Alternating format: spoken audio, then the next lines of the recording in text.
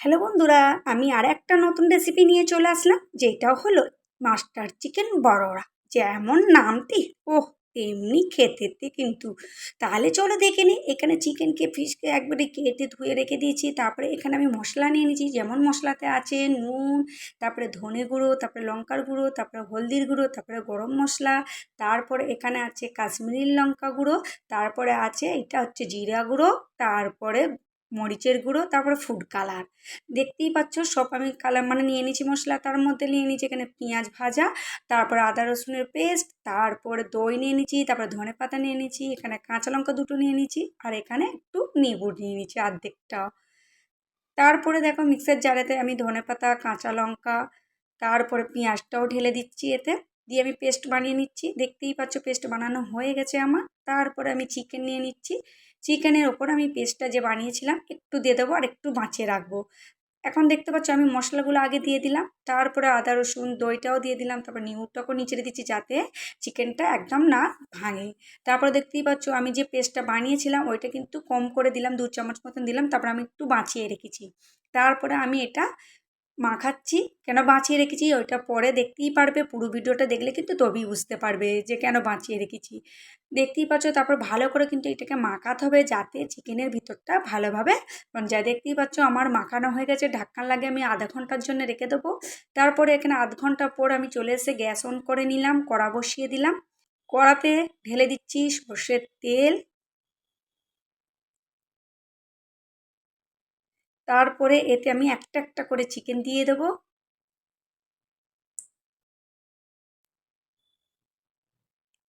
পুরো ভিডিওটা কিন্তু দেখতে থাকো, তাহলেই বুঝতে পারবে। কিন্তু মাস্টার চিকেন বড় এতই খেতে দুর্দান্ত লাগে না, একবার বানালে কিন্তু বারবার বানাতে মন যাবে।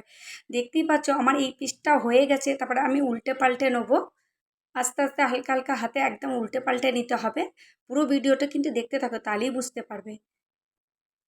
তারপর দেখতে পাচ্ছ আমার হয়েই গেছে। তারপর আমি ফের গ্যাস অন করে আমি একটা জালি বসিয়ে দিয়েছি। জালির ওপরে একটা একটা করে চিকেনগুলো আমি রেখে দেবো।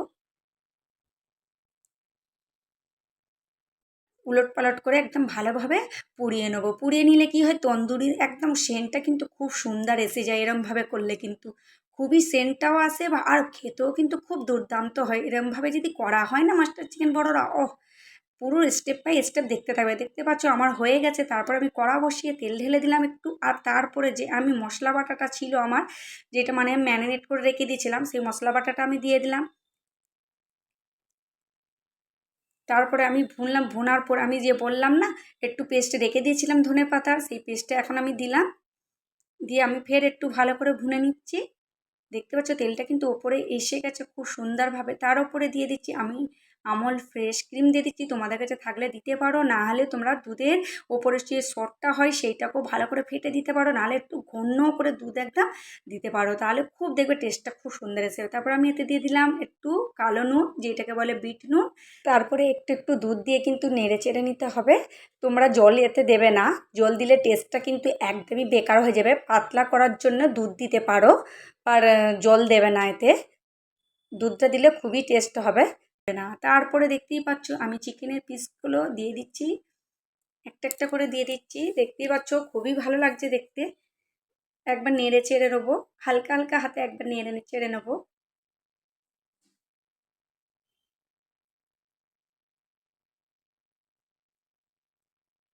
ভালোভাবে আমার নাড়া হয়ে গেছে। দেখতে পাচ্ছ আমি ঢেলে নিলাম, প্লেটে ঢেলে নিয়ে তারপরে আমি বাটারকে গরম করে একবারে তার উপরে একদম মেরে দিলাম।